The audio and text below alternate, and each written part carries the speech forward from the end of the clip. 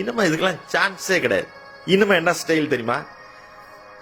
என்னப்பா வண்டியில போயிட்டு இருக்கியா சார்? பரவாயில்ல சார், சொல்லுங்க சார், ஒன்றும் பிரச்சனை இல்லை சார். என்னங்க சொல்லுமா? இல்லங்க நீங்க ஏதோ வண்டியில, நீ சொல்லுமா இன்னைக்கு என்ன குழம்புங்கிற? டாக்டர் படத்துக்கு தானம்மா, போமா சிவகார்த்திகேயன் பாப்போமா அப்படின்னு ரொம்ப அசால்ட்டா, ரொம்ப கேஷுவல் ஆயிட்டோம். ஏன்னா நம்ம இப்ப எப்படி எக்ஸ்பீரியன்ஸ் ஆயிருக்கோம்னா, அப்படி அந்த தலையை சாட்சி தோலை நிமித்தி அப்படி அந்த இடையில அந்த செல்ல சொருவி அது கீழே விழாம பாத்துக்கிறதுக்கு கிட்டத்தட்ட 2-3 வருஷமா ட்ரைனிங் எடுத்துட்டோம். இன்னும் பயம்லாம் கிடையாது, செல்லு கீழே விழும் அப்படிங்கறதெல்லாம் போயிடுச்சு. ஏன்னா நம்ம ரொம்ப பிஸி, அப்படி இந்த உலகத்துக்கு நம்ம ரொம்ப முக்கியமான ஆளு, எனக்கு நிறைய வேலை இருக்குன்னு காட்ட ஆரம்பிச்சிட்டோம். இதுல ஒரே ஒரு பாயிண்ட் என்னன்னா, இப்ப இதுக்கு வயசு வித்தியாசம் எல்லாம் கிடையாதுங்க.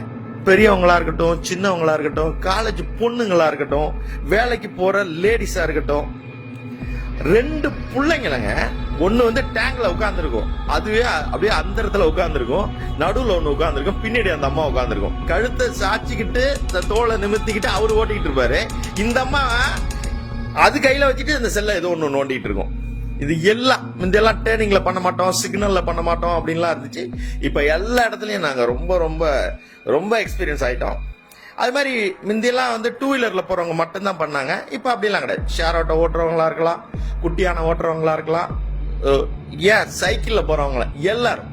பஸ் லாரி கொஞ்சம் கம்மியா தெரியுது எனக்கு, உங்களுக்கு எப்படின்னு தெரியல. ஆனா இப்ப லேட்டஸ்டா ஒண்ணு சேர்ந்துருக்கீங்க, பொக்லின் ஓட்டுறவங்களும் பேச ஆரம்பிச்சுட்டாங்க. என் கணக்குப்படி ஒரு 60% 70% இதுல போயிட்டே இருக்கு. முந்தியெல்லாம் இந்த 2 வீலர்ல சைடு ஸ்டாண்ட் போறவங்கள்ட்ட தப்பே அந்த சைடு ஸ்டாண்டு இல்லாட்டி ஒரு பெரியார் அந்த சைடு ஸ்டாண்ட் அப்படின்னு சொன்னீங்கன்னா அப்படியே கொஞ்சம் அப்படியே கருணையா அப்படியே நம்மள திரும்பி பார்த்து ரொம்ப தேங்க்ஸுங்கிற மாதிரி அந்த மூஞ்ச வச்சுப்பாங்க, இல்ல ஏதோ ஒரு கையாவது காட்டிட்டு போவாங்க. இப்ப ஒண்ணும் இல்ல, ரொம்ப எல்லாம் நீங்க எல்லாரையும் சொல்ல வேணாம், அந்த ஃபேமிலியா போறவங்கள்ட்ட ஆனா கொஞ்சம் ஓரமா நிறுத்தி பேசப்படாதான்னு சொல்லி பாருங்க. அப்படியே உங்களை முறைச்சு பார்க்கலன்னா நான் ஏண்டான்னு கேளுங்க, உங்களை அப்படியே முறைச்சு பாப்பாரு. எல்லாம் எனக்கு தெரியும், போயா போயா அப்படிங்கிற மாதிரி இருக்கும் அவருடைய பார்வை. ஆனா எனக்கு ஒண்ணு மட்டும் தெரியுங்க, எல்லாருக்கும் கனவு இருக்குங்க.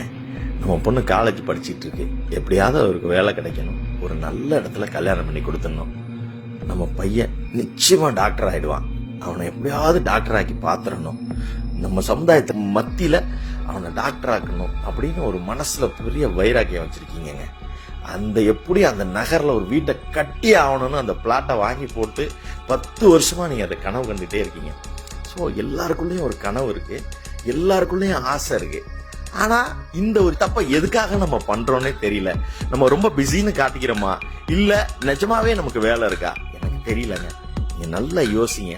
இதுல இருந்து நம்ம எல்லாரும் மாறலன்னா நம்ம நினைக்கிறதெல்லாம் செய்ய முடியாதுங்க. அதே மாதிரி எதுக்க வர்றவங்களுக்கு நிறைய வேலை இருக்கு, அவங்களுக்கு நிறைய கனவுகள் இருக்கும்.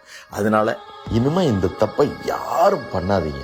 ஒரு 5 நிமிஷம் ஓரமா நின்று பேசுறதுனால நம்ம ஒன்றும் குறைஞ்சிட மாட்டாங்க.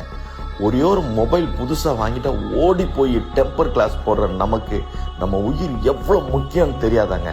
அரிது அரிது மானிடராதல் அரிது, மானிடராயினும் கூண் குருடு செவிடு பேடு நீங்கி பிறத்தல் அரிது.